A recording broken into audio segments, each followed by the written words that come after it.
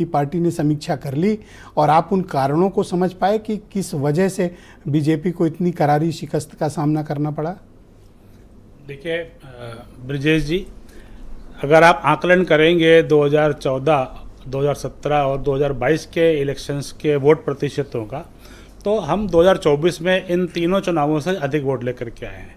हाँ, ये बात सही है कि हम 2019 में जो हमें वोट मिले थे उसको हम नहीं पा पाए हैं, लेकिन 3 इलेक्शन जो हमने जीते हैं इस उत्तर प्रदेश के अंदर, एक लोकसभा का और 2 विधानसभा के, उससे उनसे अधिक वोट लेकर के बीजेपी इस समय मौजूदा है। जो कारण थे, उन कारणों की समीक्षा के लिए एक टास्क फोर्स बनाई गई थी जो जिलों में गई थी। उसने अपनी रिपोर्ट जो है हमारे प्रदेश अध्यक्ष जी को भेज दी है। अब ये हमारे नेतृत्व का काम है कि उसकी समीक्षा करके किस समय उसको जहाँ पे भी कील काटे दुरुस्त करने होंगे, जो भी चीज़ें आई होंगी उस पर वो केंद्रीय नेतृत्व के साथ मिलकर के निर्णय लेगा। जहाँ तक कि हमारे राष्ट्रीय महामंत्री का प्रवास था अभी 2 दिन, वह वार्षिक प्रवास होता है संगठन मंत्री का, वो लगातार कई राज्यों में होते हुए आए हैं। उत्तर प्रदेश आए और उसके बाद फिर वो अन्य राज्यों में भी गए। यहाँ पर कोर कमेटी की मीटिंग उन्होंने ली, जिसमें माननीय मुख्यमंत्री जी, दोनों डिप्टी सीएम, प्रदेश अध्यक्ष जी और संगठन महामंत्री थे। उसके साथ साथ उन्होंने अन्य वर्गों की भी मीटिंग ली है। उससे उन्होंने अन्य वर्गों से मतलब अन्य कमेटियों से, अन्य पार्टी के अन्य प्रकल्पों से भी बात करी है, मीडिया विभाग से भी बात करी है, सोशल मीडिया विभाग से भी बात करी है और अनुसूचित मोर्चा से भी बात करी है। समझ पाया कि क्या प्रॉब्लम हुई आप लोगों को? प्रदेश के पदाधिकारियों से बात करी है, प्रदेश के पदाधिकारियों से एनालिसिस हो पाया कि क्यों हुआ ऐसा? देखिए, बड़े नेता कभी एनालिसिस पब्लिकली तो बताते नहीं है उसका क्या आउटकम है।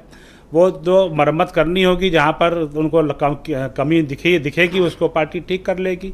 लेकिन भारतीय जनता पार्टी एक देश में क्या विश्व का सबसे बड़ा दल है और इसमें असीम कार्यकर्ता हैं और भारतीय जनता पार्टी को कहीं पे भी कोई गिला और शिकवा नहीं है कि हमने किसी कमज़ोर मुद्दे पे चुनाव लड़ा। हमने गरीब कल्याण की योजनाओं पर चुनाव लड़ा, हमने देश की सुरक्षा पर चुनाव लड़ा, हमने ईमानदार प्रधानमंत्री के नेतृत्व पर चुनाव लड़ा और जनता ने हमको सबसे बड़ा दल और सबसे बड़े गठबंधन के नाते बहुमत भी हमको दिया। ये जरूर है कि हमको पिछली बार पूर्ण बहुमत प्राप्त हुआ था, हम उसको नहीं पा पाए, लेकिन जनता का विश्वास भारतीय जनता पार्टी के साथ ही है। अखबारों में जो मोटे तौर पर रिपोर्ट आई कि आरक्षण, अग्निवीर और पुलिस का डंडा, ये 3 प्रमुख कारणों पर फोकस डाला गया है और जो छपा है उसका आप लोगों ने खंडन भी नहीं किया, तो क्यों ना माने कि ये सच है और ये मीटिंग में डिस्कस हुआ है? देखिए, जहाँ तक कि बात आरक्षण की आती है, ये एक झूठा नैरेटिव फैलाया गया। अब कोई क्यों नहीं बोल रहा है, इलेक्शन खत्म हुए काफ़ी समय हो गया, अब तो नहीं कह रहे हैं कि जो है आप आरक्षण बदल रहे हैं, कब बदलने जा रहे हैं।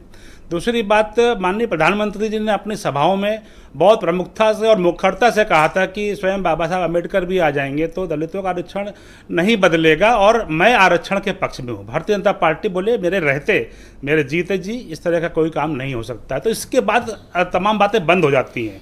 तो पार्टी ने, नेताओं ने भी बाकी जगहों पर बातें रखी, लेकिन सुनियोजित रूप से कुछ एनजीओज को साथ में मिला करके, कुछ पीआर एजेंसीज को मिला करके विपक्ष ने एक नैरेटिव जो है बस्तियों में फैलाया, उसका हमें नुकसान हुआ है, ये बात हम स्वीकार करते हैं।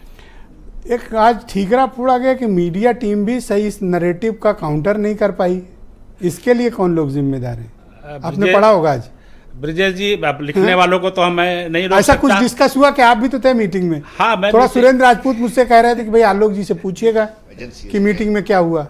देखिए ब्रिजेश जी, आप तो लगातार चुनाव कर रहे थे और तमाम डिस्कशंस में हम लोग साथ में थे, हमारी टीम थी जी। क्या आपको लगा कहीं पे कि हमारा प्रहार कम हुआ या हम लोगों ने मैंने तो ओपनिंग में बोला कि भाई बड़े बड़े लीडर बोल रहे थे, तो अभी ठीकरा इन पे क्यों फोड़ रहे हो? नहीं, कोई ठीकरा नहीं फोड़ा गया है, ये स्पेकुलेशन है। इस तरह का कोई मीटिंग में इस तरह की कोई चर्चा भी नहीं हुई है। मीटिंग में आगे की रणनीति पर चर्चा हुई है, क्या करना है उस पर चर्चा हुई है और वो चीजें अच्छा, कोई एक्शन नहीं लिया आपने? जो लोग इनडिसिप्लिन किया, जिन्होंने पार्टी में गुटबाजी की और ओपनली की, कोई एक्शन नहीं हुआ? देखिए, मेरा आपके माध्यम से, और अब हालांकि कोई बोल नहीं रहा है, राजनीतिक दल के कार्यकर्ताओं को बोलने की छूट है, लेकिन पार्टी के अंदर है। पब्लिकली जिन लोगों ने बोला है उनको नहीं बोलना चाहिए था और ये प्रदेश अध्यक्ष जी के संज्ञान में है और जब भी उनको कोई बात पूछनी होगी, कोई दबाव है कि उन पर कार्रवाई ना करें? आपको लगता है कि और नुकसान हो जाएगा? मुझे लगता है कि ऐसा कुछ नहीं है। पार्टी का अनुशासन सबसे बड़ा है, हमारी जवाबदेही जनता को है। जनता की जवाबदेही में जहां हम पिछड़ेंगे या जहां पर हम जनता को ठगने की वाले नेता अगर साथ में कोई इस तरह का काम करेंगे तो निश्चित रूप से उन पर कार्रवाई करेंगे। Alright, thank you. मैं कार्यक्रम को आगे बढ़ाता हूं। मेरे साथ